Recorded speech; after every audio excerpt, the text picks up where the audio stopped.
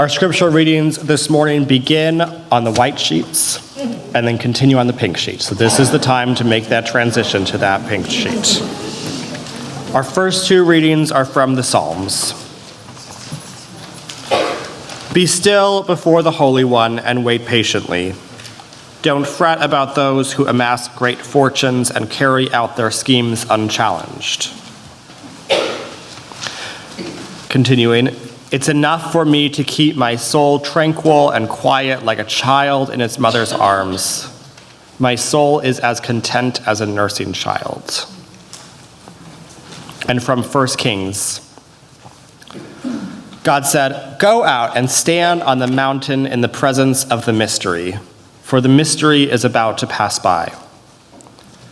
Then a great and powerful wind tore the mountain apart and shattered the rocks by the Holy One's power. But the Holy One was not in the whirlwind. After the wind, there was an earthquake, and then came a fire. But the giver of life was not in the fire.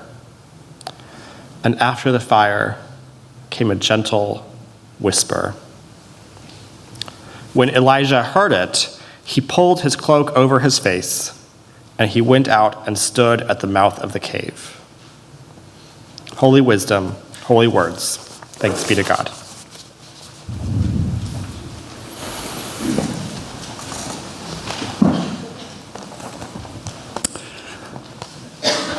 Well, Daniel and I talked quite a bit about what the sermon series should be during this time. I confessed to him that doing Christmas sermons for 35 years or however many it's been is kind of like trying to have a surprise party for somebody every year for their birthday. Surprise, there was a donkey in the manger. And you know, the donkey's a symbol of humility. And so we kind of thought a lot about it. And in terms of like the rest of the planet, this is a series on the sort of the great mystical hymns of Christmas for activists. But the true theme is Christmas in the age of Trump. Because we know that these are bruising times for people who haven't fallen into the trance. And it's so incredibly important to realize that Christmas was born out of a time precisely like this. We leave Herod out of the story. We miss the fact that the joy, the peace, all this radiance is happening in a time just like ours. And through the ages, this has given so much consolation for people. But more than that, it's reminded them of their power and of their hope. And so that's sort of the hope that Daniel and I have for you. We live in a time when America is making decisions that will not be revocable. If we do not let go of capitalism, we will fall. We're probably going to fall either way, which is not a bad thing. Empires go away. That doesn't mean you won't have a house or you won't have a job. It just means you'll be speaking Chinese, maybe. Everything else will be the same. It's not the end of the world, but it is the end of an age when we could go all over the world like pirates and exploit and torment people. So that idea that we either change or we lose our control over everything is not bad news. That's good news. It just hurts. It's disappointing. But so was the good news when it was told in its day. It's a story of a new hope. People were praying for a godly bully to come and beat up on the forces that be. What they got was a baby. Right? And that's, as we sing the hymns of Christmas and we feel this deep hope, this deep joy, we have to realize that our aspirations for this nation may not come about. Because we are wedded to some very evil things right now. You have one political party that is essentially falling into fascism. You have the other that's going to meet them halfway. Right? You're going to have to be a moderate. If you really want to save the planet, you're an extremist. So you have the leading candidate for the Democrats who's saying, if you really want to get rid of fracking right away, you need to vote for somebody else. Right? It's too extremist to save the planet. So we need a deeper hope than politics. That's not saying you give up on politics. We're not going anywhere. We're going to be just as activists. But at Christmas, you remember that it's not just about the political struggles. Those are theater with which to express the greatness of being a human being. The miracle of being a product of the cosmos, of having life, even in this tense and turbulent situation. This is how the story begins. And through the ages, that's when Christmas has really resonated in horrible times. The song we're going to be singing later, Oh Holy Night, is that it? Oh Little Town of Bethlehem? Oh Little Town of Bethlehem. Well, that's too bad because I planned for the Oh Little Town of Bethlehem. It was written by a very busy minister and a procrastinating choir director. That equation is, it's the opposite. Everybody has to put up with my procrastination around here. Just typical people, and they're trying to get through Christmas season. The minister, they've just survived the Civil War. It's right after that. And people are exhausted, they're wounded, they're sometimes without hope. And so they wanted this Christmas story to really live in people's minds. And the song, the person procrastinated and put that song together, and it became a jewel that really healed people at that very difficult time. The very kind of healing that I think we need as people of compassion in this particular situation. What's happening in our world is a result of a worldview that no longer works.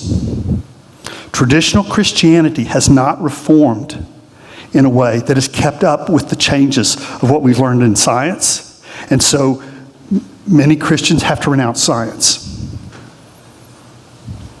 Disastrous, devastating. But what we're seeing are people who don't know how to do better. They don't have the internal understanding and connections. So they're racked with fear. And they think that if they hoard money, billions and billions and billions of dollars, that then they will feel worth.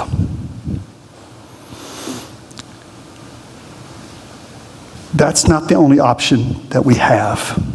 The Christmas story calls us to a cosmology that still works. It still works because at some level we've learned that we are children of the stars. And so when you see these stories that show up all over the world of a little child, people follow the stars to get to them, they're children of the stars. But the lesson is that you are a child of the stars. And that your hope and your peace and your joy go profoundly, more deeply into the cosmos than what is happening in this place and time, in this age. It's an incredibly deep experience that can be had. Psychology is a wonderful thing, but it doesn't help you deal with a little thing called death. It may help you cope, but to make sense of our lives, we have to go deeper than our just human existence in society. We have to understand who we are more ultimately, how we are part of the web of life, how we are part of the movement of the cosmos that's, goes tracklessly back into the ages.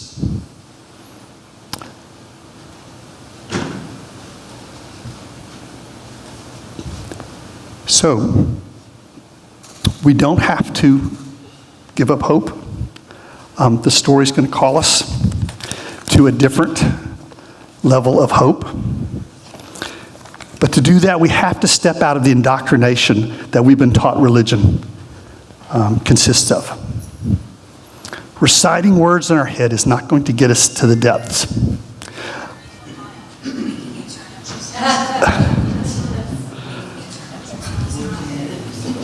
What's that? So, religion, when it becomes these creeds, the creeds were originally hymns, cosmic hymns. They did precisely what we're doing today. But when you just recite them and you think they're physically, literally, historically true, it becomes a kind of trance. And I ran across transcripts of lawyers who were so numbed by the questions they had to ask all the time that they said some very strange things. And these are recorded transcripts from around the country. Lawyers asking questions. Attorney, in what ways does this medicine affect your memory? Witness, I forget. Attorney, you forget? Can you give us an example of something you forgot?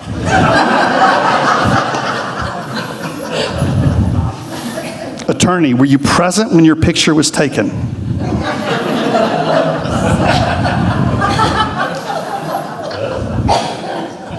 It's a lawyer asking a parent. So the date of conception of your baby was August the 18th. Witness, yes. Attorney, and what were you doing at the time? Attorney, how was your first marriage terminated? Witness, by death. Attorney, and whose death was it? Witness, take a guess.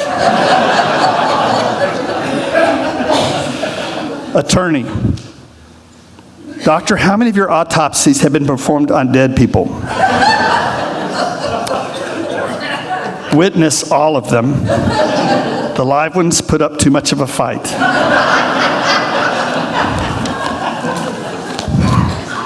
Now, in all due respect, religion can be like that, where you've been taught to recite things and you're just popping the phrases out, and they don't fit, and you know they don't fit, but you're too afraid to let go of it.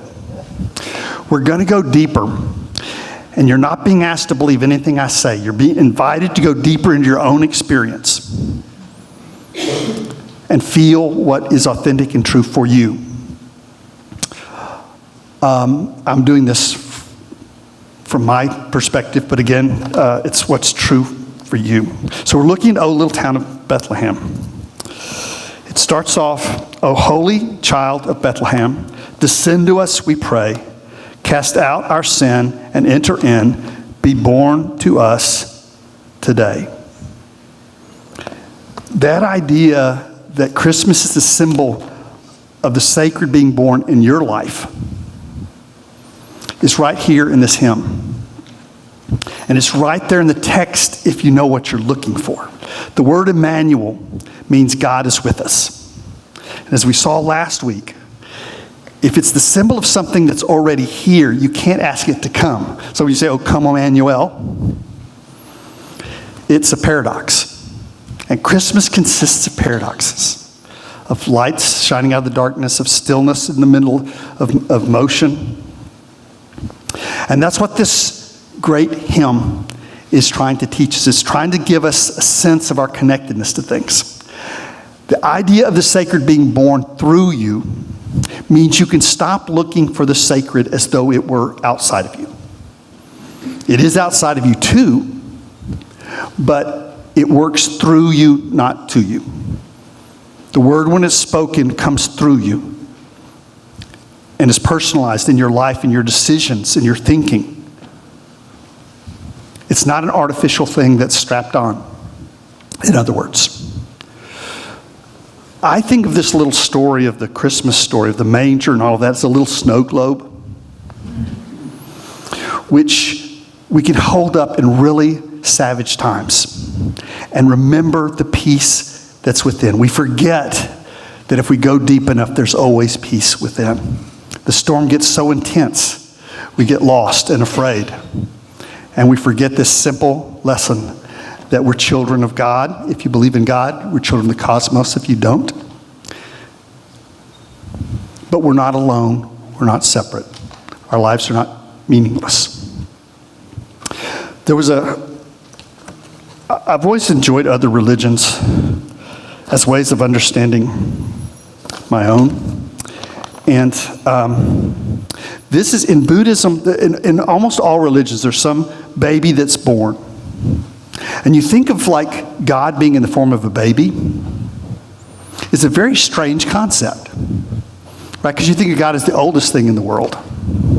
But in mysticism, God is the newest thing in the world. So it's always found here and now. The sacred is always found here and now. So the story of the baby is a personification of the cosmic process. There was a Jesus, and he did live out, but he understood who he was in the cosmos. And he taught in parables, questions, not answers.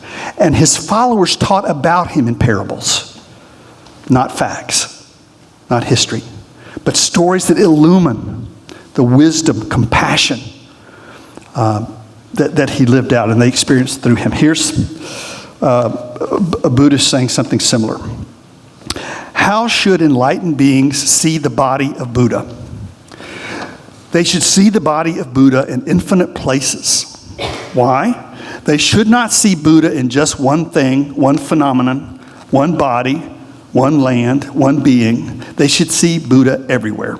And Hinduism, this idea of God as a baby is a symbol of the great self. We're taught a social personality, but we're also connected to everything. And there are times when you feel that vast expanse. It may be in a forest, when all of a sudden you lose your social personality and you are connected to everything. It may be at an ocean, it may be alone, it may be at the death of a friend, it may be at the birth of a baby. That it's some of those moments where you feel that your roots go into the cosmos. This is, in Hinduism, that sense of the great self is capitalized.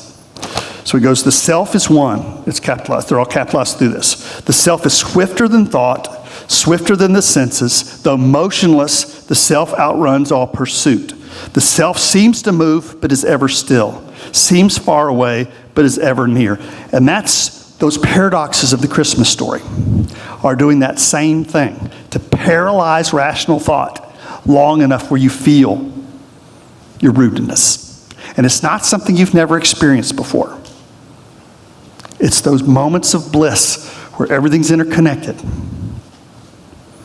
The story is leading you back to that and trying to build a lantern around it where you can keep that flame going all the time. It's not the flame. Life gives you the flame. Religion gives you a lantern to try to help preserve that. So what this is saying is that the sacred has to be born in our life. It's not produced like in a factory. If you pray for a redwood, all God can do is give you a pine cone as a way of doing that. We have to recognize the things in their seed form, that those are answers to prayer that have to be planted and live that out. That also means that the virtues do not take place because you become heroic. It takes place because you recognize the birth of the sacred within yourself in its crying form. Right? When it's a kicking baby with colic. That's when you have to embrace it. So if during this age of Trump, you get lost in hostility, in bitterness, and anger, instead of fighting with yourself for fighting, embrace that. Bring compassion to it. See it as a child in the cradle, because that's really what it is. Your heart is always a child. So healing it and nurturing it is how it comes to power. Courage is born through your fear. To love your fear, embrace your fear. Stop denying your fear, because it doesn't go away just because we pretend like it's not there. This nation is lost in fear. We think if we just build a higher wall, then we won't be cowards, right? If we just have a gun in every hand and learn how to shoot with our feet, then we won't be afraid. See, religion has to call us to a deeper place, to realize that we'll never, ever get rid of our fear. Never. We have to give ourselves to life and stop trying to hold on to it. We have to enter the river of life and give ourselves to it. So the first lesson of the hymn that we're looking at is that the sacred is born through us, it is given to us. The second is that there's a stillness in the middle of the motion. The hymn puts it like this. O little town of Bethlehem, how still we see thee lie. Above thy deep and dreamless sleep, the silent stars go by. Yet in the dark street shineth the everlasting light. The hopes and fears of all the years are met in thee tonight. And that might as well be a meditation journal from Asia. Between your desire and your fear is your peace. It's a balance. It's not, getting very excited and elevated. You don't have to grasp it. You can relax back into it. Every storm that you encounter,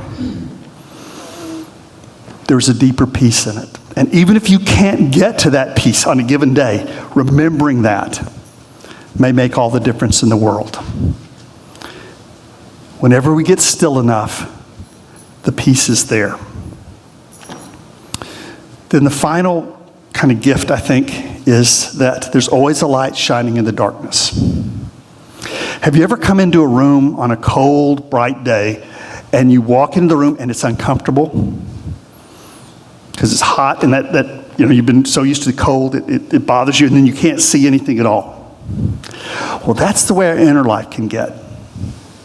We spend so much time chasing things outside of ourselves, we can lose touch with our own heart. And that's a big problem. You can't make enough money, right, to feel value, and you can't get enough military garb to feel safe. So we have to go into that darkness and let our eyes settle. And then we see it everywhere. What the poem is telling us is that God isn't hiding from us. But you can't see that by which you have vision. You can't grasp that which is giving motion to your arm. I know that it's Zen imagery, but it's realizing that the source of your being isn't something you're going to see, taste, touch, find. It's like if this was a movie and you were looking for the projector. It's a different context. It's a different depth kind of being. So these paradoxes of darkness having light shining out of it, it's cold, but you have this kind of warm manger kind of scene. It's silent, but the angels are singing. What it's saying is the world they experienced was not any different than the one you were experiencing. They didn't have magical people sitting on the roof singing songs. If they had, everybody would have converted. Right? I mean, if they're really angels, is there anybody so dedicated to being Presbyterian that if they're angels on a Methodist roof, you say, okay, bye. Or whatever the religion is. I mean, if you can see real angels, okay, that wins, right? They lived in the exactly same kind of world we live in. But it had a music to it. It had a beauty to it. It had a warmth to it. Not because of the circumstances, but because of their depth, their spiritual depth. Jesus had taught them the way back to the ground of their own being, where they could live it and feel it. So this is a gift that comes to us through the ages, the story of Christmas, but also this hymn that we're looking at of a busy preacher, very feverishly trying to give people something that would heal them in this difficult time. And that led him to this Christmas story of a star child who was born to be hunted by the trump of his day, facing inhumane policies, madness all around him. And when we remember that story, it's the happiest time of the year. We don't have to live in despair. We don't have to live in anguish. The story is guiding us to the depths of our own heart. And let's close with a verse. O little town of Bethlehem, how still we see thee lie. Above thy deep and dreamless sleep, the silent stars go by. Yet in that dark street shineth the everlasting light. The hopes and fears of all the years are met in thee tonight. I invite you now to your own reflection on these words.